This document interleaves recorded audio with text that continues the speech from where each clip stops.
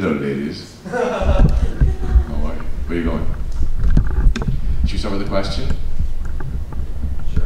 Please. Who's your favorite character to draw? This is an interesting question because, well, what I find interesting about this question is that the character that I like to read is very different from the character that I like to draw. In terms of reading, I've always loved Spider-Man the best as a reader, growing up and even now.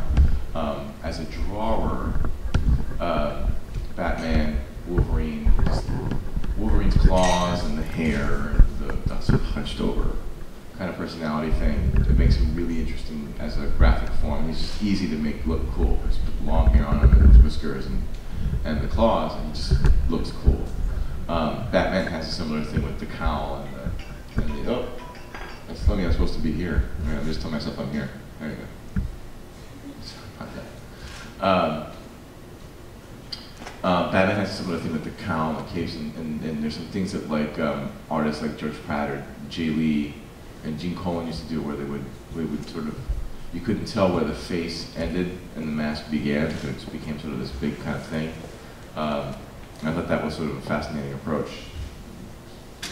Graphically, just Batman moving around, you wouldn't necessarily know that, thank you, that he's at where the mask ends and the face begins. I thought that was also kind of interesting. I'd hate to draw Spider-Man. Not that I would like to be paid to draw Spider-Man, but all the webs and all those little doohickeys on him, and because I would insist on doing like those arm webs, you know, and that would just be really big. Batman, you can sort of get away with like drawing in silhouette half the time. When I drew the Legends of the Dark Knight thing, I told the writer, Charles, I assume it's Soule. Never actually asked him. Yeah, Charles Soule. There you go. Charles Soule. That's a good name for a microphone. Hi everybody, I'm Charles Soule. That my theory of drawing Batman was if he was fighting crime or with people he didn't know or didn't trust, he would basically be a silhouette, almost completely black. You would only really see the lines of the costume and the details of his face and his eyes if he was talking to someone he trusted, like a Commissioner Gordon or a Nightwing or something like that. Or if he was passive at home or whatever. So there's that, yeah. Great, thank you. You're very welcome. Yes? How did you get started in this industry? Well, I have to go back and say that I've been drawing as long as I've been, before I was aware. So my mother has drawings dated when I was 1 year old. She said I was squiggling or something in front of the television. She didn't know what I was doing. You know, I was drawing on paper, the crayon, and then she realized I was trying to draw Mickey Mouse. I was trying to draw from the screen. So I've always been again a drawer. And in terms of comics, I actually went to college for architecture and studied nearly 4 years towards a 5-year degree. It was a 5-year. You get a 5-year architectural degree and get your license as opposed to 4 years and then a 2-year master's. And then I just interned at Valiant Comics and got to know people at Marvel. Excuse me. Me. And was always looking for time to tell stories and draw. I was interested in storytelling, and also around that same age, I actually had gone to a Star Trek convention as a young man in college because I was a big partier, and they talked about this is like the last year of Next Gen, and they said that they accept screenplays, teleplays on spec, that you could mail for the rules. This was really at the beginning end of the internet, so really there was no internet in a practical sense. So they said mail in for the rules, follow the rules strictly, and we'll read it. If you follow the rules, we'll read the screenplay, and we will respond in some manner. So I wrote it, sent it, forgot about it, and then about I'm going to guess about a month later, I got a call from the office saying that they were going to pass on that script, but they really liked it.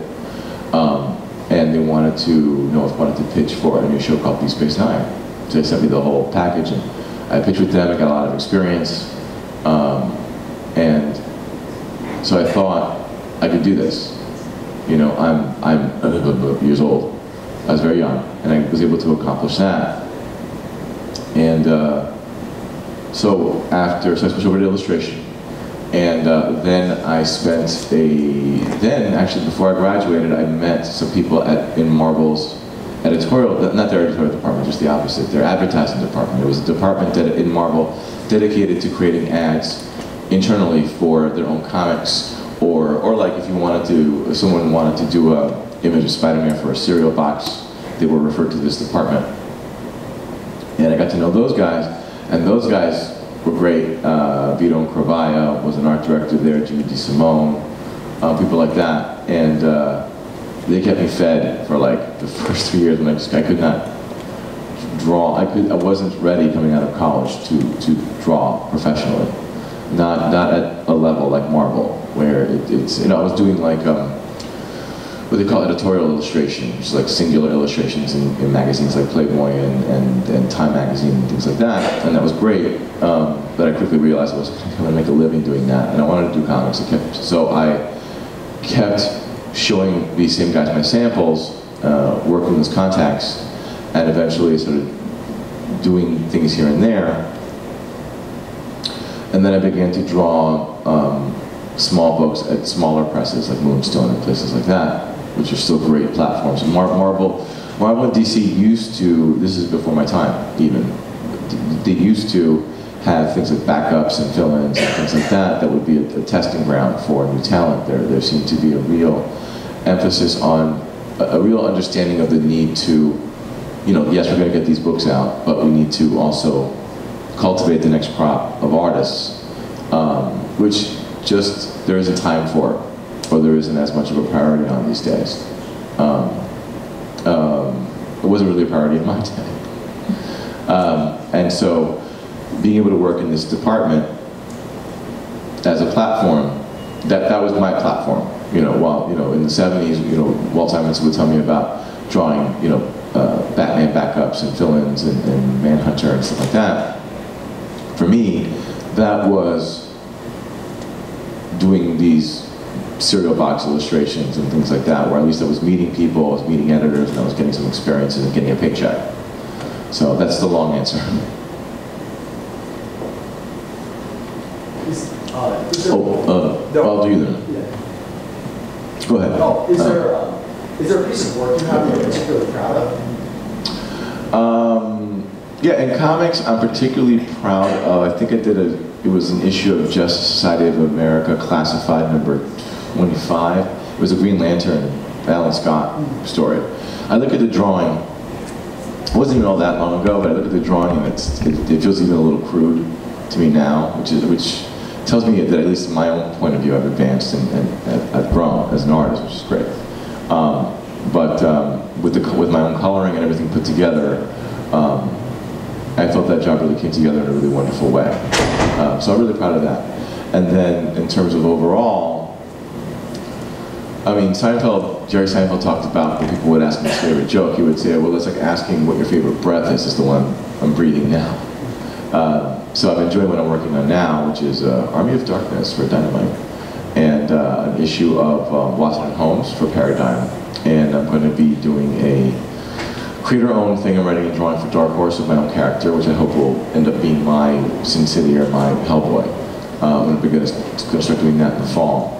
But in terms of non-comics, a piece that I'm particularly fond of, which you can find on my site, DennisCalero.com, is a piece I did for the Sleepy Hollow Library. I live in Sleepy Hollow, New York, and I did a piece for a charity event there of the Headless Horseman. It was very large and very intricate, and I was very proud of it. In a way, it's sort of that comic book editors find a little bit intimidating, a little too sophisticated, which I understand. We're pop stars, and pop, you know, in terms of the kind of stuff that we're supposed to do, flashbang, larger than life. And so anything that's a little bit too quiet, a little bit too sophisticated can be maybe considered inappropriate. But I'm very proud of the piece, and it sold for a lot of money for them, so that was good too. It was for charity, so it was nice. Do you have a question? For the art geeks who may be watching the video version of this, yes. What materials do you use, or tools do you like to use when you draw? Right now, I use a combination of, there was a point in my career where I used pretty much all organic natural media, and any of your viewers could just Google, basic art materials, but they're basically, ink, brush, crow quill, charcoal, Conte, oil, watercolor. Those are that's the media that you want to be learning with, not acrylic, because it's not a learning medium. And then there was a while I was almost completely digital. Photoshop, Magnum Studio Pro, a Cintiq, a Wacom tablet. And now, because the computer is now so fast, and I have a Mac Pro at home with 24 gigs of RAM, which at one point would have, not that long ago would have seemed an incredibly stupid, impossible number. And print size hasn't changed. So there was, in other words, there was a point in my career where print size was whatever it is, 6.9 by 10 point whatever, and you want to turn in work at 600 DPI, ideally if it's line art, 400 if it's color. And for a while, that was like choking the throat of the computer. And then there was a point where sort of like the computer can handle it.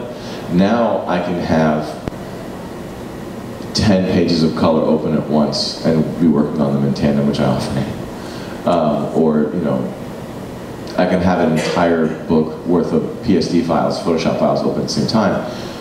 The computer's so quick, my point is the computer's so fast that I can actually just use it as one step in my assembly process, and I've gone back to being much more, in a way, intuitive. I can start a page by drawing it, scan it in, ink it, print it out on good paper, ink on top of that, scan it back in, do some more stuff digitally. It doesn't matter, because it's the scanning resolution, the print resolution of these modern printers for home use are so high. They're practically, for all intents and purposes, they're practically professional. So, in terms of your viewers being interested in how to do this, first of all, go to school, go to an art school, because an art school will afford you the time and attention and the guidance. No one can teach anyone how to draw, but one can certainly guide someone and provide them with the arena for them to learn in, if that makes sense. So school is important. But like I said, the traditional media, brush, ink, graphite pencil, Conte, charcoal, vine charcoal, oil, and watercolor. And then that's how you should learn. Yes? Yes, Leo. Oh, and Photoshop. Leo from Conley. Coming to conventions such as ConnectiCon, this is a two-part question. Oh my God. What's your favorite thing about coming to these conventions? And do you ever have any inspiration through your drawings at what you see here? I love meeting people at conventions. You met me yesterday. I'm very gregarious. I like meeting people at the shows. I like running into them at the bar afterwards and hanging out and being up late and doing. I can't do that at home. I have children. I have responsibilities. And here I get to play it a little looser, which is nice. I like meeting fans. I like meeting fans who know my work. I like meeting people who come by and don't know who I am and just see the posters or the images on my stand-up display and are intrigued and want to find out some more stuff. So that's always fun. What was the other part of the question? Oh, have you ever had any inspiration from like characters that you see in here, like people dressed up in these costumes that they come in? Oh, well, I use a lot of reference in my work. My work is what I call very naturalistic rather than photorealistic, which is a whole other debate, which we can talk about. But a couple times, once or twice, someone asked me to do a commission of like death, like Sandman death, and there was this lovely young woman who came by dressed as, like she was like 17, but she was dressed as death, and she looked fantastic, and so I was like, took some photos and used those as reference, and that was great. And but other than that, not really. The costume thing kind of freaks me out a little bit. I mean, I don't judge it. I just get scared. But that's okay. Some of them are really interesting. Everyone, like some mornings I'll wake up and I'll be like, oh, look at all these costumes. Oh my God, look at that. That's amazing. You made that? There's someone yesterday made a Captain America, made her own Rocketeer costume, including her helmet. It looked really good. Her own jacket and her own rocket pack. Someone made a Witchblade glove out of Sculpey with moving fingers. It was great. And a young woman made a Captain America costume with all the scales, actual metal scale mail. She put together herself. It was amazing. Which I never really was crazy about that in the Captain America costume, but now that I saw her version, I was like, I can see how that could work. So yes, so there's sort of an answer there. Yes. Do you have a process you go through when you're sitting down to write? I interviewed a writer who said he needed the sound of running water in the background when he was writing. Sure. For me personally, when I'm actually drawing, that's sort of like rote behavior. So I can actually, while I do that, I can actually listen to music or look at a TV show at the corner of my eye, Netflix or something like that. Or coloring, because again, that's just, at that point, this is just labor, physical labor. When I'm doing layouts, I tend to want it quiet, because layouts are sort of where I have to think the most. Even more so than writing. When I write, I can play like, and this is all just theoretical and personal. When I write, I like to play classical music or jazz or something, because classical music, for some reason I have it in my head that sort of activates. Classical music calms you down and lets you think abstractly. But then when I do layouts, when I'm actually taking a script, whether it's mine or someone else's, and actually breaking it down into graphic form and trying to solve those problems, that's where the problem solving happens. Less when you're actually working on the page. In fact, what's amazing, when I was working, actually out of college, I should have said this, I was actually working with Neil Adams for a while, which is amazing. And Neil would do very, very, very finished, small thumbnail layouts, which he could practically just blow up and just start inking, because they were so incredibly finished. And I never knew quite what to think about that. I didn't know if that was, but for him, it was working out this stuff in micro, and it just worked beautifully. So when I'm doing layouts, I like to be pretty much quiet, because I'm really, that's to me is the most thought-intensive part of the process. We have time for one more question. Yes, make it a good one, make it controversial. I don't know about controversial, but... Oh well. Sorry. Okay. Is there any characters that you would love to draw and you've never been able to, at least professionally? Oh, yeah, I'd love to draw the Rocketeer. He's just a really, I loved Dave Stevens' work, and I love the Rocketeer as a character, the whole milieu. There's a wonderful Rocketeer story where basically, without getting the rights, Dave drew the shadow. It was the Rocketeer in the shadow, running around New York. But like you could tell it was the shadow because he had the ring, but he never was completely in costume, and it was great. I loved his sort of lush style, and I loved his. I live in New York, and it's my favorite city in the world. And I loved the lushness of his line.